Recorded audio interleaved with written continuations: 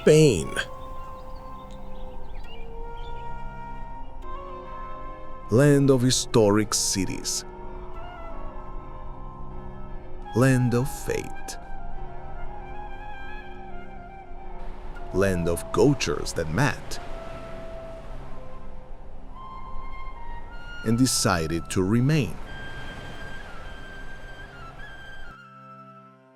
But that meeting was never simple, nor peaceful, nor inevitable. There are marks here, marks time did not erase. Land of palaces raised like prayers, of cathedrals that touch the sky, of walls that still guard ancient voices. Sometimes you only need to place your hand on the stone to feel that something is still alive in it, something that does not want to be forgotten. Land of deep flavors, of golden olive oil, of warm bread, of seafood that brings the salt of the Mediterranean to the table. But here, eating has never been just eating. It has been celebrating, thanking, belonging. Land of dance, of the guitar that burns, of flamenco that rises from the chest and becomes fire in the eyes. But Spain is not made only of beauty.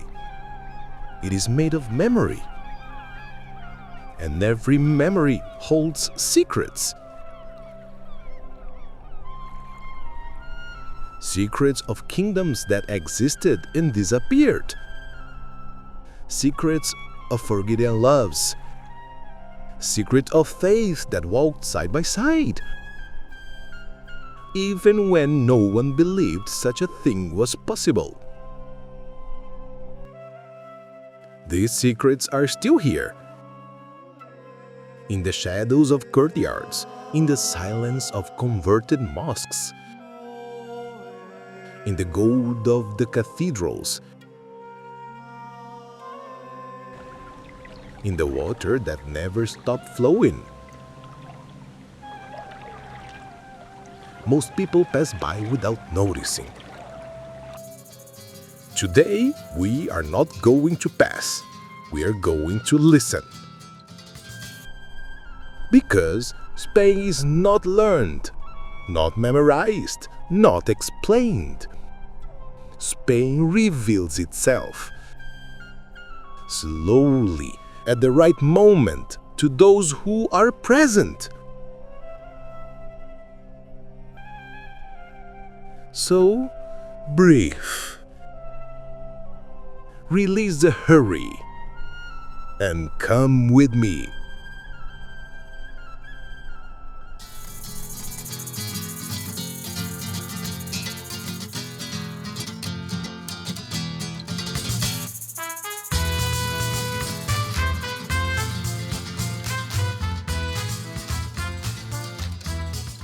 Madrid doesn't walk.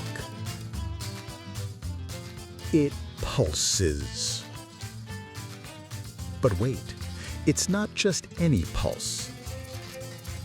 In Puerta del Sol, there is a small plaque on the ground, Kilómetro Cero, the exact point from which every road in Spain begins, as if the entire country breathed from here. And that changes everything. Because when you walk through Madrid, you're not crossing streets. You're walking on the heart.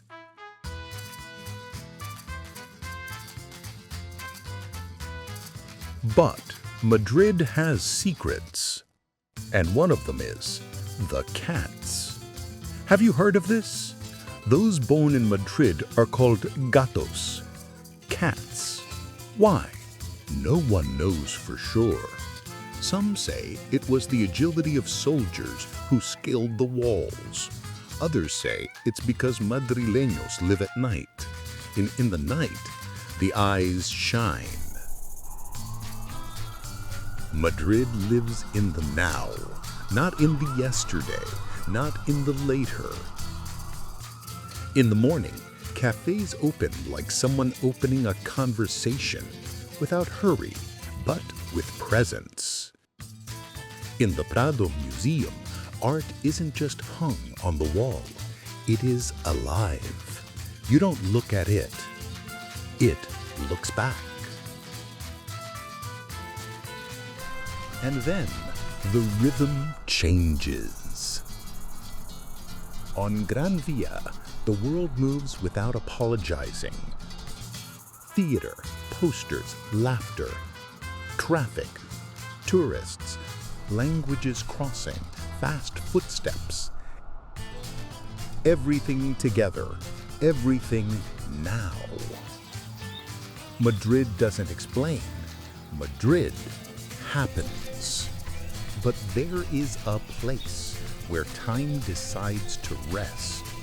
In Retiro Park, the Crystal Palace looks like it's made of breathing. Transparent, suspended, as if air had learned to have shape. Here, even silence has texture. Even the wind feels like it remembers something.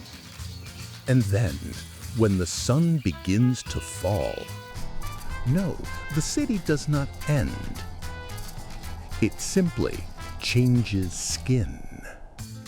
You walk, and there it is, an Egyptian temple on top of a hill. Yes, real, the Temple of Babel, brought stone by stone from the Nile to Madrid. Why? Because Madrid doesn't collect monuments. It collects stories. Stories that fit inside the day. Stories that stretch into the night. Stories that do not want to end. And then, inevitably, you find yourself at Chocolateria San Ginés at 3 a.m. Churros, hit thick hot chocolate, and the strange realization that life can be simple if you let it. Madrid doesn't force. Madrid invites, looks you in the eyes, and says, live, but live whole. To be present, to feel the moment as it happens. But Spain is not one way of living. It is many. And there is a place where that same pulse takes another rhythm, another curve, another expression. A city where life does not just happen, it takes shape. Where stone learns to flow, where dream becomes form, where the city breathes in curves. If Madrid is the heart, Barcelona is the gesture.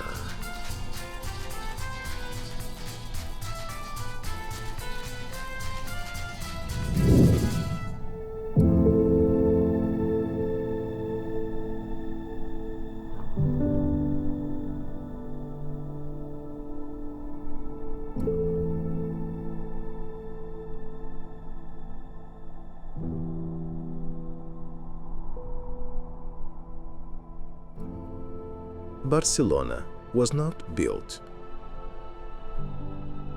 It was imagined. Here, the city does not follow straight lines. It flows, as if it had learned from the sea the correct way to exist. And maybe it did.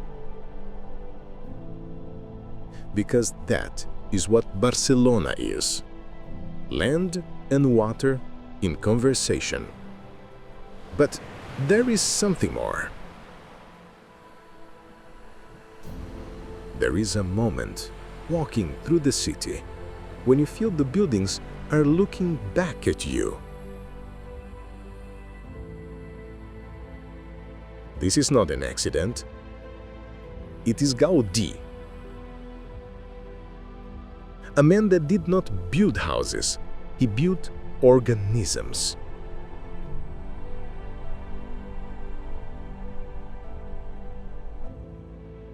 Stone that looks like skin.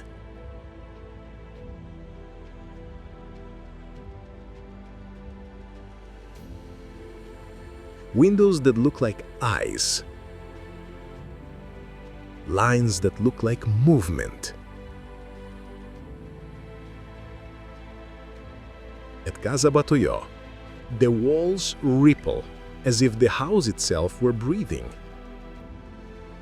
At Casa Milá, the rooftop looks like an army of silent sentinels watching over the city as it sleeps. And then there is her, the Sagrada Familia, a cathedral that is still not finished, that grows slowly like a tree, as if faith had chosen to bloom in its own time. There is no other structure on earth that lives in time the way this does. But Barcelona is not only Gaudí. Barcelona is a street, alley, square. It is the Gothic quarter,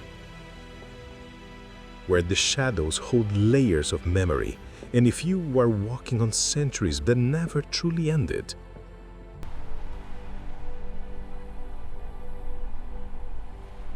It is the sound of palms striking in flamenco on La Rambla, the smell of the sea at the end of the day.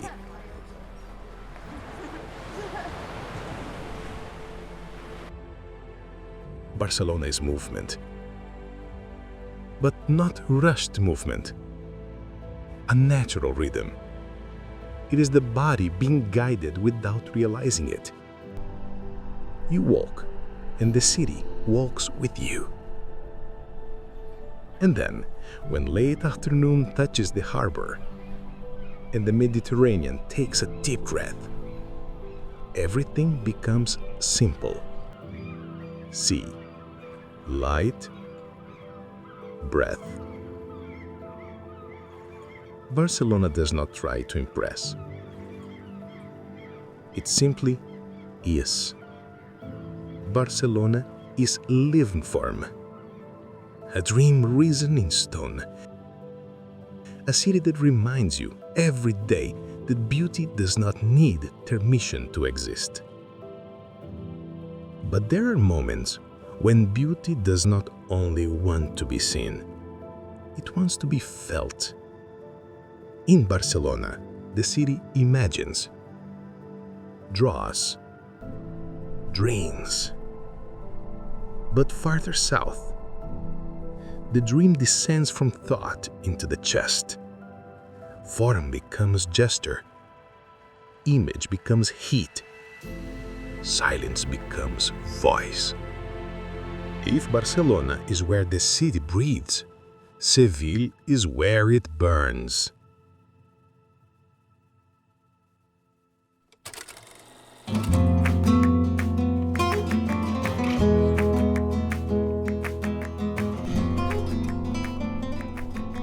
Seville doesn't explain itself. Seville happens. But the curious thing is that here, heat doesn't come from the sun. It comes from the soul, from the rhythm, from the way the city breathes. Did you know that Seville was, for almost 2 centuries, the gateway to the world? This is where the ships to the Americas departed. Here, on the Guadalquivir River, the riches of the New World arrived. Gold, spices, stories. And in this coming and going, Seville learned to live between reality and dream. That's why when you walk through the Santa Cruz neighborhood, through white alleys and hidden courtyards, you feel that every turn keeps a secret. Some say that beneath these stones lie underground passages connecting old Jewish homes to Moorish palaces. And no one knows for sure if it's legend or truth. But nothing is more real here than flamenco. Not the staged version for tourists, the real one. The one born in the small tavernos de Triana, where it all began, among gypsies, sailors, and blacksmiths who hammered iron to the rhythm of palms. A voice that burns, but also heals. And while the sound lingers in the air, the eyes rise. There it is, the Cathedral of Seville, the third largest in the world, built upon what was once a mosque. And then the Giralda Tower, the Moorish past still lives. If you look closely, you'll see the arches, the inscriptions, the traces of a faith that came before. Nothing was erased, only transformed. And there is another secret inside.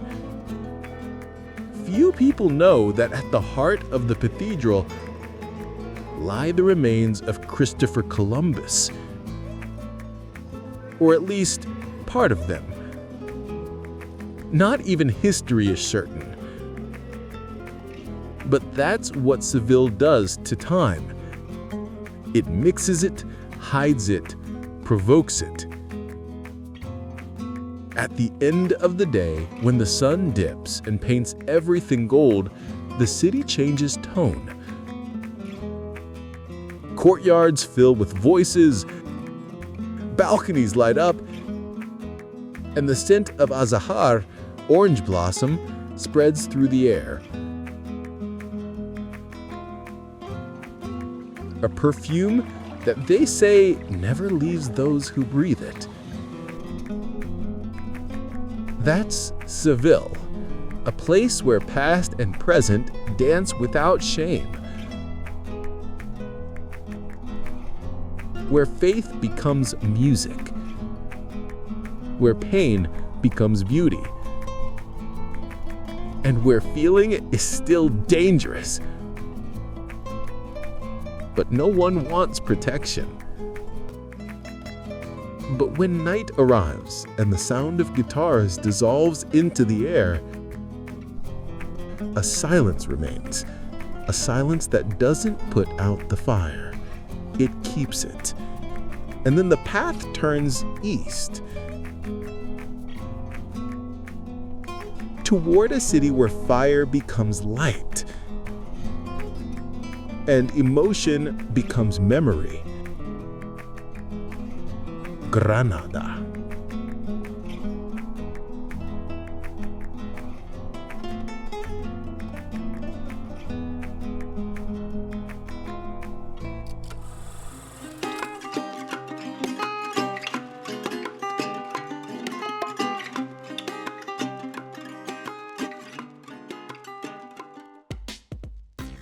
Granada is not found.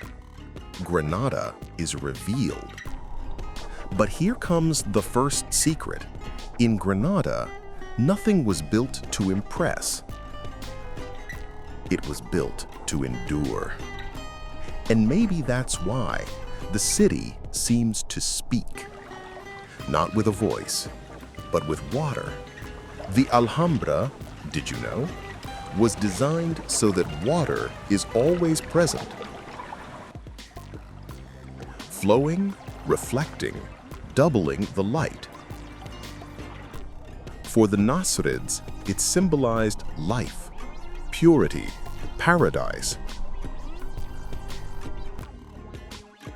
And that's why, if you approach in silence, it feels as if the palace is telling a story that never ends. Walking through the Alhambra is not visiting a palace, it is crossing an idea.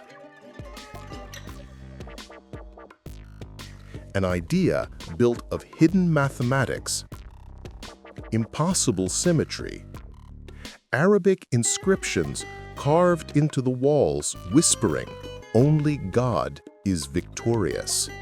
Phrases repeated hundreds of times, as if the stone itself were praying. But there's a second secret, maybe even more intriguing. The Alhambra changes color. Not by paint, by light. In the morning, it's amber. In the afternoon, rose. At night, burnt gold.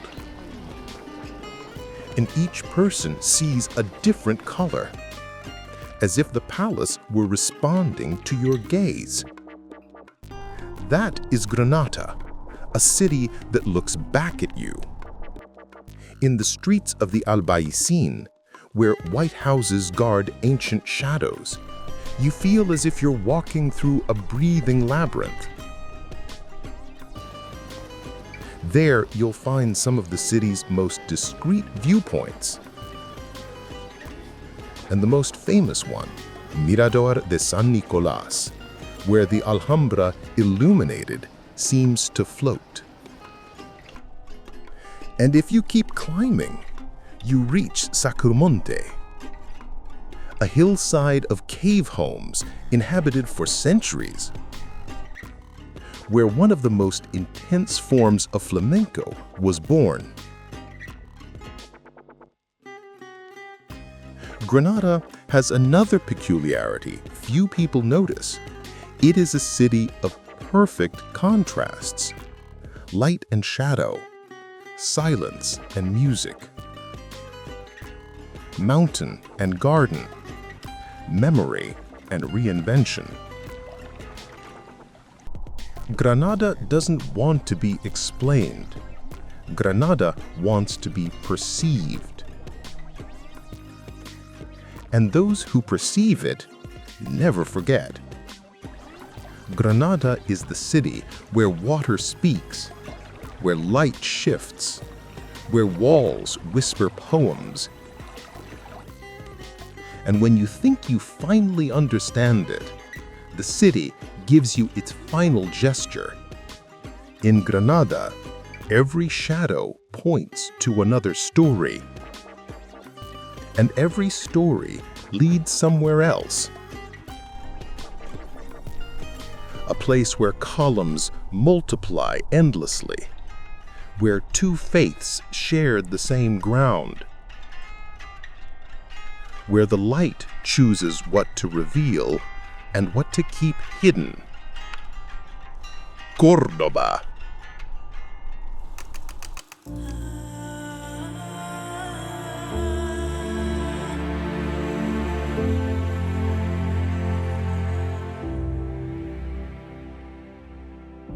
In Córdoba, it's the light that speaks first. And everything else is an answer. It slides down white walls, bends across arches, enters courtyards, as if choosing what to remember and what to let fade. And here's something very few people know. Córdoba was once the most advanced city in the world. Yes, in the 10th century, while much of Europe slept through the Middle Ages, Córdoba had public lighting, hospitals, bathhouses, enormous libraries, The largest of them, they say, held more than 400,000 books. More than Paris, Rome, and Florence combined. And in the heart of this city, there is a place that shouldn't be possible. The Mezquita Catedral. A temple that was a mosque for 5 centuries. And a cathedral for almost another 5.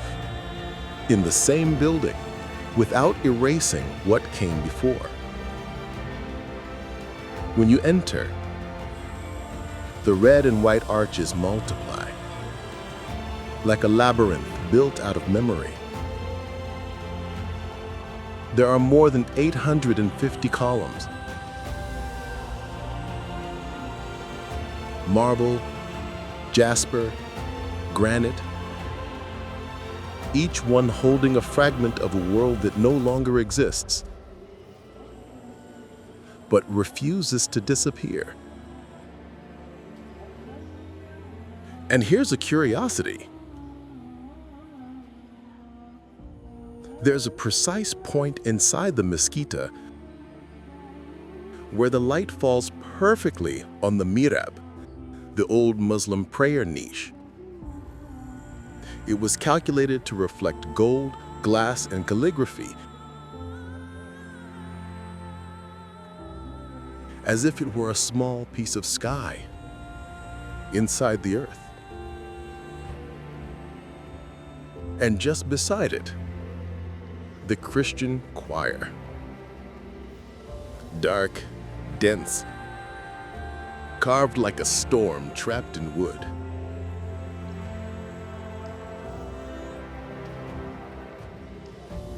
Córdoba never chose a side. It chose to coexist.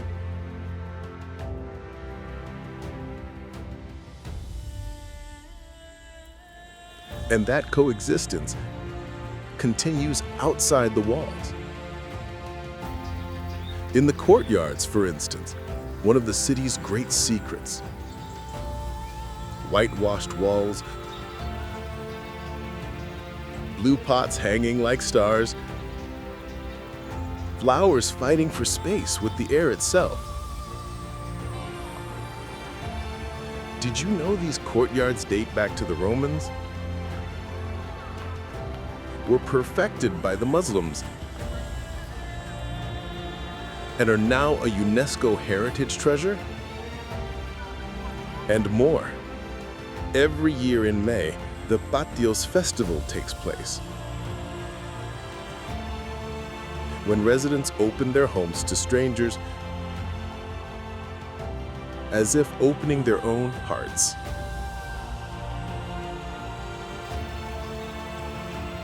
And when evening falls and the scent of orange blossoms spreads through the squares, you realize Córdoba has a rare power, transforming memory into presence. Because here, the past is not stored, it breathes. And further ahead, following the ancient road, there is a city where that breath becomes weight, becomes hill, becomes echo. A place where history does not merely coexist, it confronts. Toledo.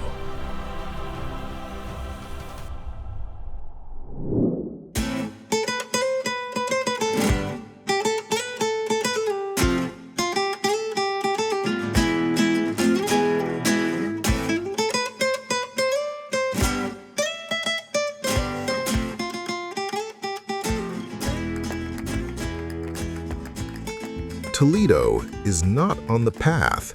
Toledo is the height.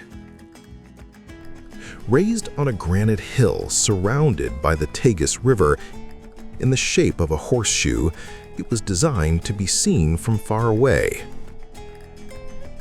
and impossible to conquer up close. But here's something almost no one knows. Toledo was once called the City of Three Cultures. Not as a tourist slogan, but as a political, religious, and human fact. Christians, Jews, and Muslims lived here. Not always in peace, not always in conflict, but always close enough to exchange ideas, science, medicine, stories. It was here that the School of Translators of Toledo emerged,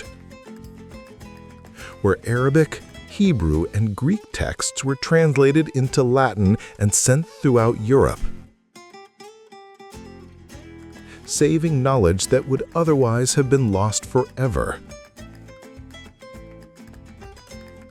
Without Toledo, part of Greek philosophy would never have reached the Renaissance.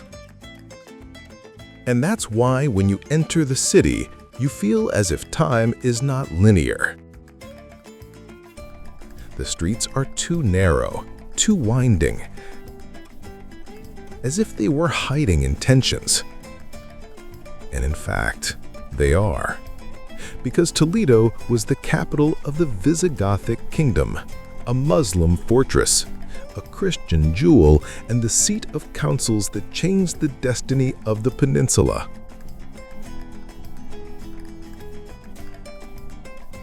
Every stone carries a period. Every shadow carries a faith. Every curve carries a choice.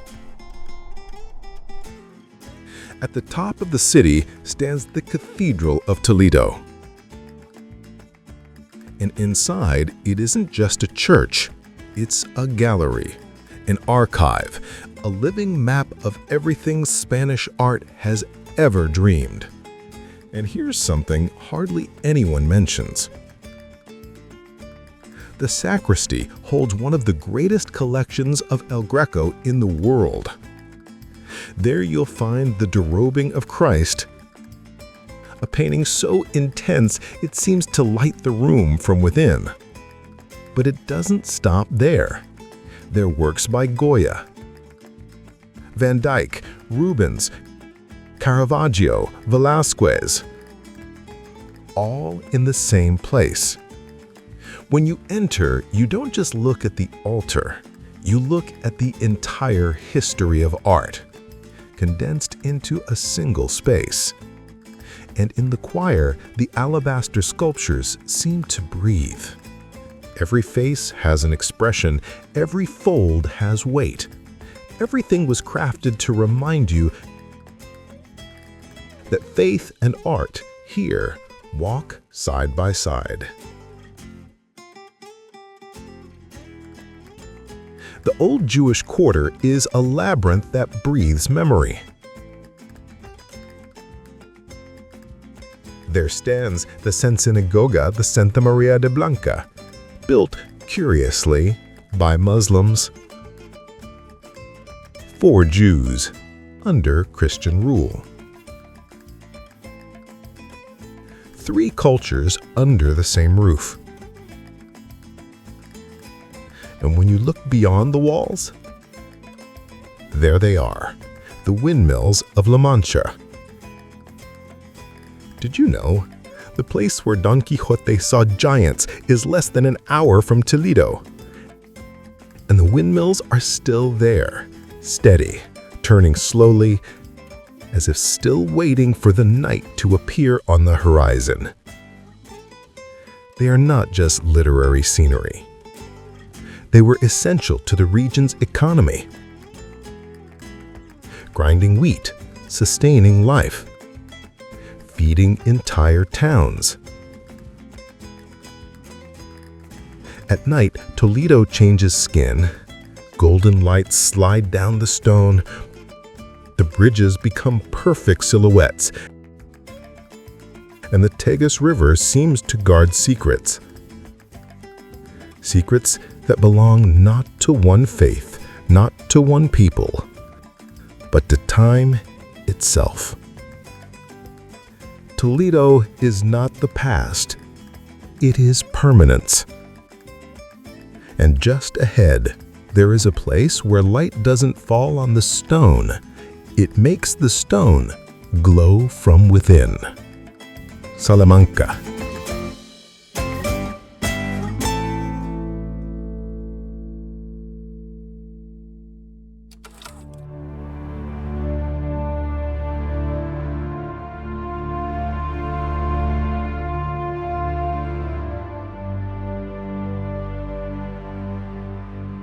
Salamanca is made of gold and stone. This is not a metaphor. The stone here, Villa Mayor, absorbs sunlight throughout the day and returns it at dusk.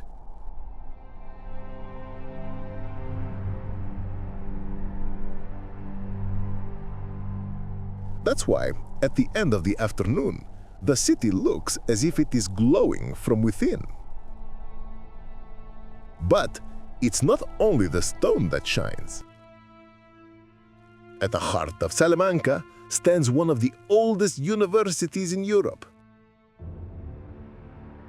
Here, people studied philosophy, medicine, astronomy, law, poetry. And from here, ideas left that changed the world. It was here, for example, that early debates on human rights took place, centuries before the term existed. It was here that navigators learned the routes that would lead to the New World. You may not know this. On the facade of the university, among sculptures and symbols, there is a small carved frog, almost invisible. They say, whoever finds the frog finds wisdom. And everyone searches for it. At the end of the day, the city gathers in the Plaza Mayor. People sit, talk, laugh softly. Watch time pass. There is no hurry. In Salamanca, learning is not about accumulating knowledge. It is learning how to be present.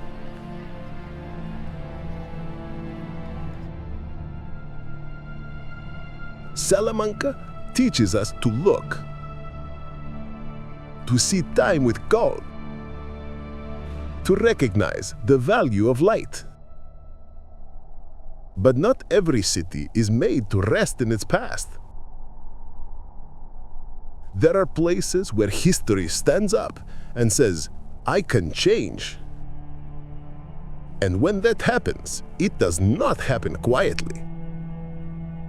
It happens in steel, in glass. Bilbao.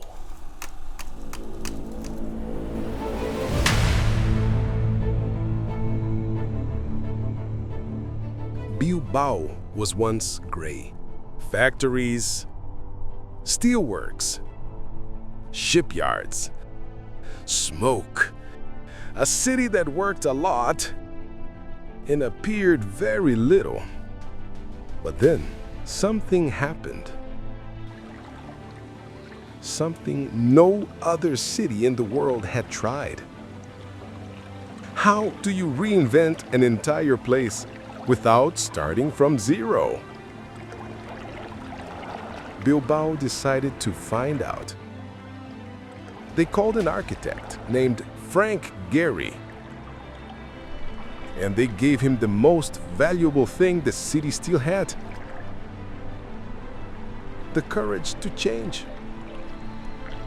And in 1997, on the banks of the Nervión River, something appeared that no one expected: the Guggenheim.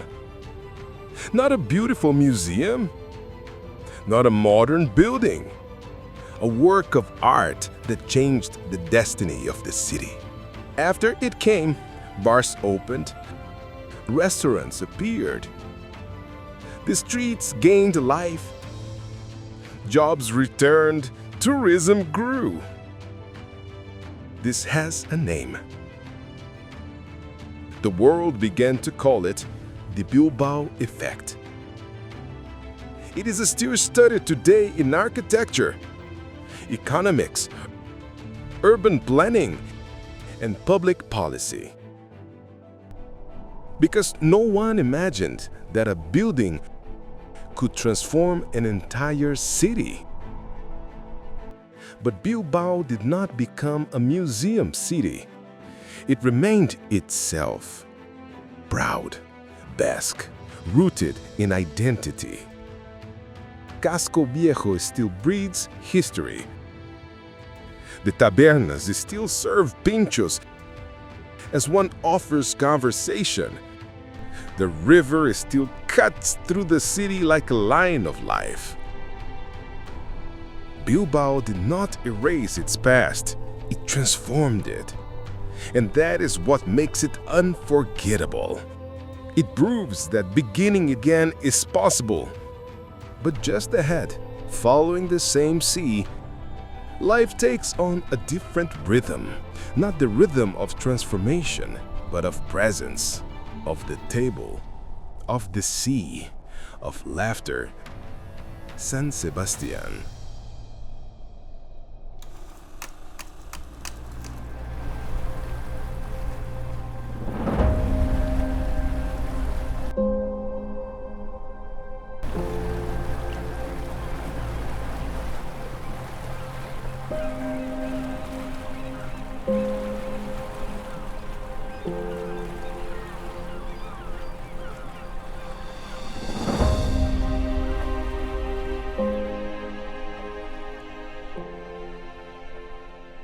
San Sebastian does not apologize for being pleasurable. It embraces it. At first glance, it's the sea. A bay in a perfect curve. Light sand. People walking slowly. Simple. Almost too simple. But there's one detail that changes everything. San Sebastian has one of the highest concentrations of Michelin-starred restaurants in the world. Here, some have reached the improbable. 3 stars, the highest level of global gastronomy. Something very few cities on Earth can claim. But the most curious thing is, that's not what defines San Sebastian. Because the soul of the city is not in the refined dining rooms.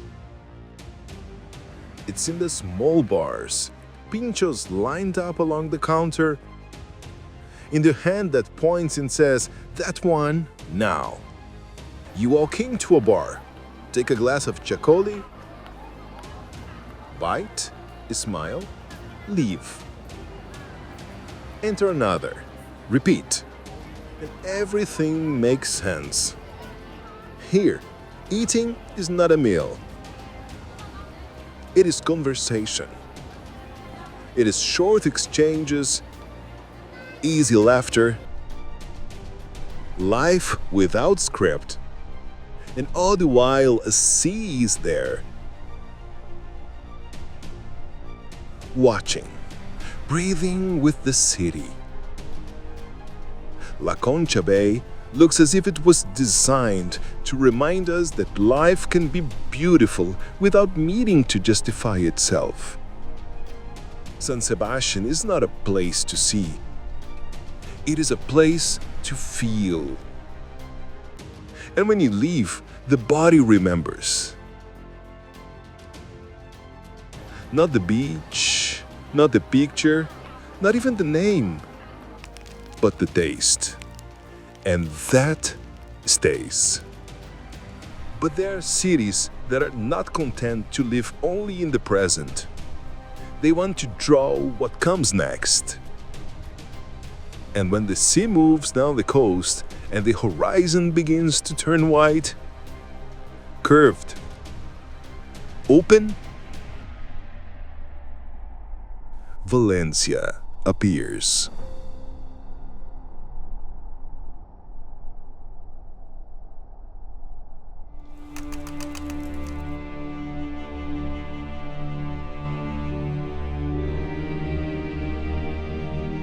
Valencia doesn't wait for the future.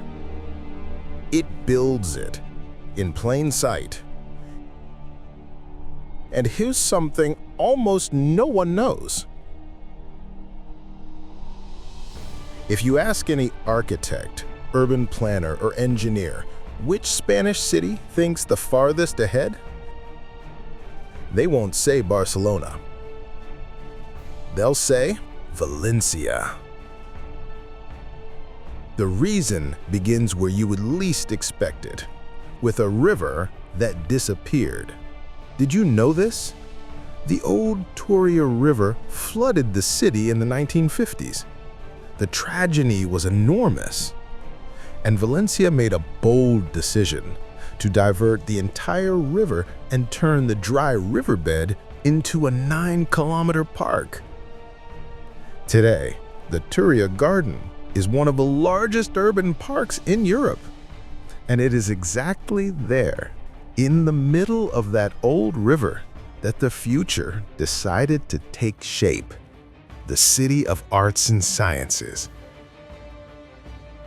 White, curved, improbable. It doesn't look like architecture. It looks like science fiction dropped into the real world.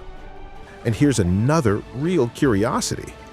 This complex alone has appeared in dozens of international films, from Westworld to Marvel productions, because there is nothing like it anywhere else. The hemispheric, that giant eye, works as an IMAX theater, planetarium, and spherical screen all at once. The Science Museum has walkways that seem to float. And the Oceanographic, the largest aquarium in Europe, houses species from the Arctic to the Mediterranean. Valencia didn't invent the future, it organized it. But the city isn't only made of modernity. Valencia also has tradition. The kind no one forgets. Did you know paella was born here?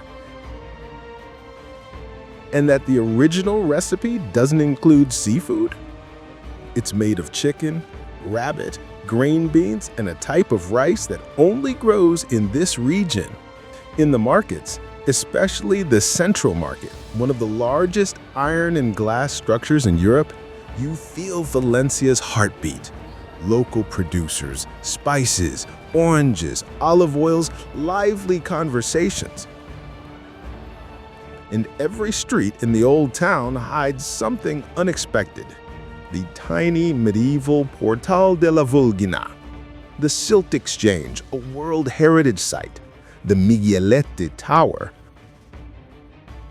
where a 360-degree view of the city waits at the top of 207 steps. Valencia is built on contrasts.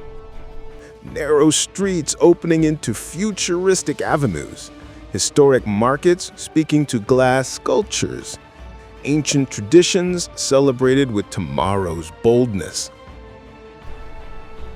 And when the sun begins to fall, the Mediterranean touches the city with that orange light that exists only here, as if the sea were saying, "Breathe, the future can be gentle."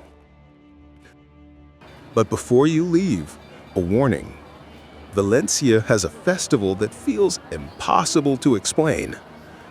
Las Fallas, gigantic sculptures the size of buildings, created by artists throughout the entire year and burned in a single night in a spectacle of light, fire, and farewell.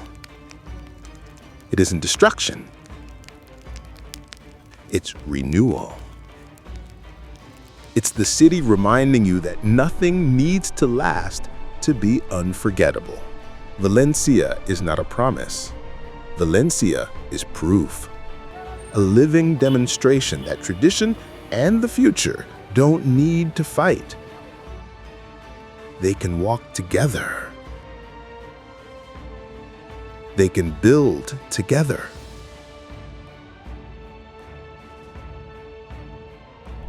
And just ahead, in the same Spain, there is a city that never sought the future, but helped shape the world. Zaragoza.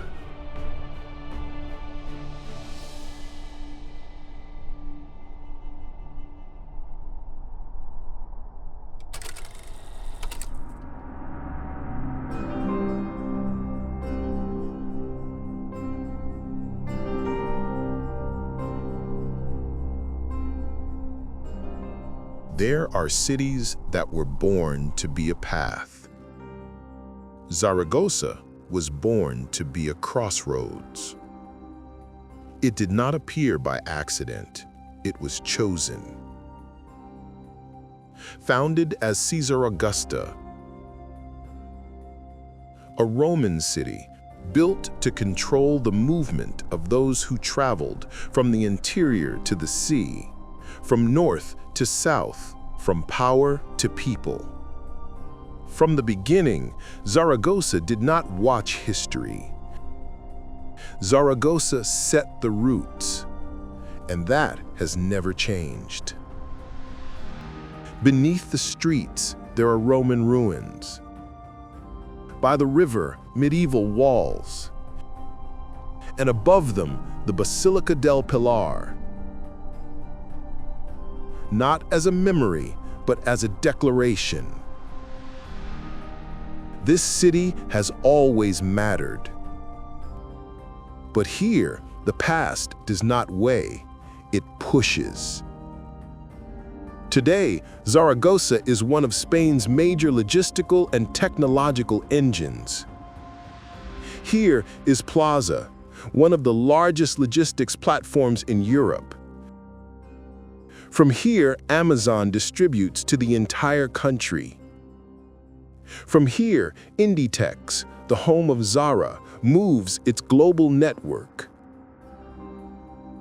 Here, Stellantis designs and manufactures. Here, Microsoft and AWS build data centers that support the very internet you are using right now. Zaragoza does not appear on postcards.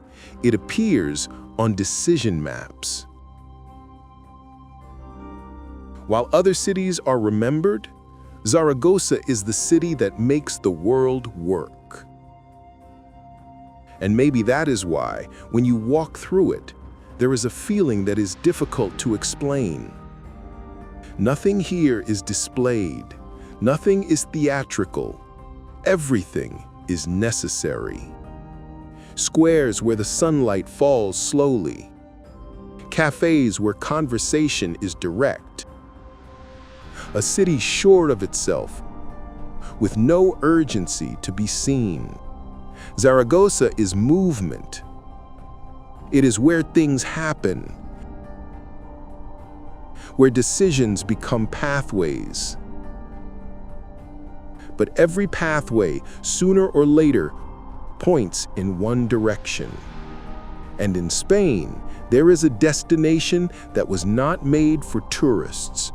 It was made for those who arrive on foot, where the arrival is not an ending, it is an answer. Santiago de Compostela.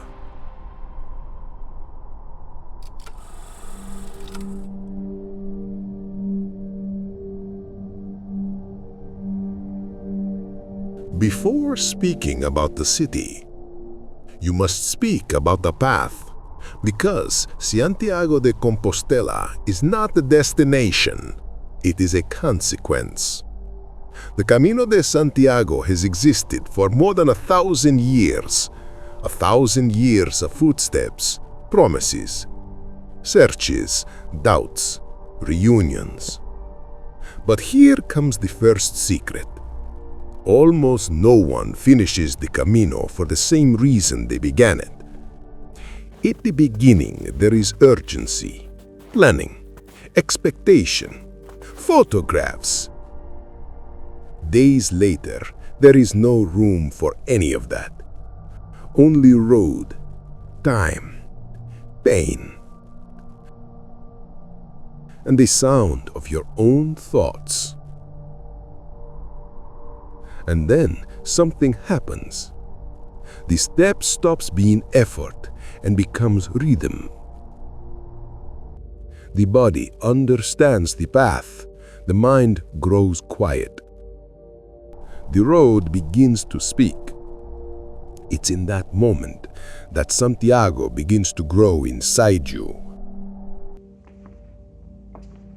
Long before it appears on the map. And then the city emerges. Santiago is not a big city. It doesn't need to be. Narrow streets, stone shining from the rain, small windows, a silence that feels ancient. But there is something you feel without effort. The city welcomes. Every person who arrives carries something invisible. Tiredness, history, expectation. Santiago knows how to receive all of it. And then, finally, the square opens. The cathedral is there. Huge, but never imposing. It does not look down on you. It receives you. And something happens in the body. The shoulder drops. Breathing changes. The backpack comes off. The weight leaves. Not because it is over, but because it made sense. Some sit on the ground. Others cry without knowing why. Others simply remain silent, looking at the facade as one looks at a mirror that does not answer but understands. Santiago de Compostela grew around the simple belief that the relics of the Apostle James rest here. And so kings came, peasants came, armies came, pilgrims came. And today, people from all over the world arrive, but the reason has changed. It no longer matters who is buried here. What matters is who you have become by the time you arrive.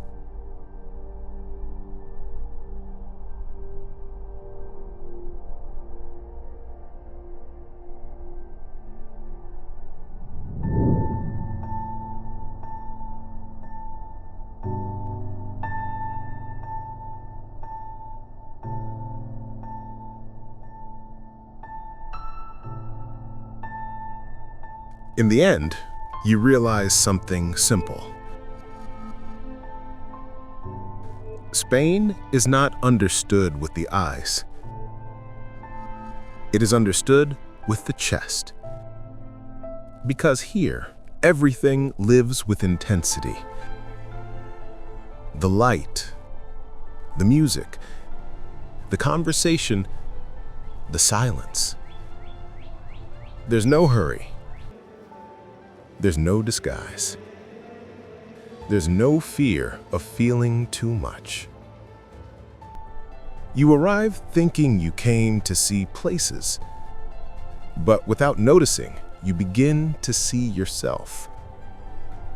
In the old streets that hold stories no one says out loud, in the squares where time stretches without asking permission, in the flavor that stays in your mouth and in your memory at the same time, in the gesture of a stranger who feels as if they had been waiting for you. And then something changes. Not in a grand way, not as a revelation, but like someone opening a window and realizing the air was there all along. It just needed to be breathed. And when you leave, you discover that part of you stayed. Not in a building, not in a photograph, but in the way you walk now, and in the way you look at the world. Spain does not end when you go. It begins.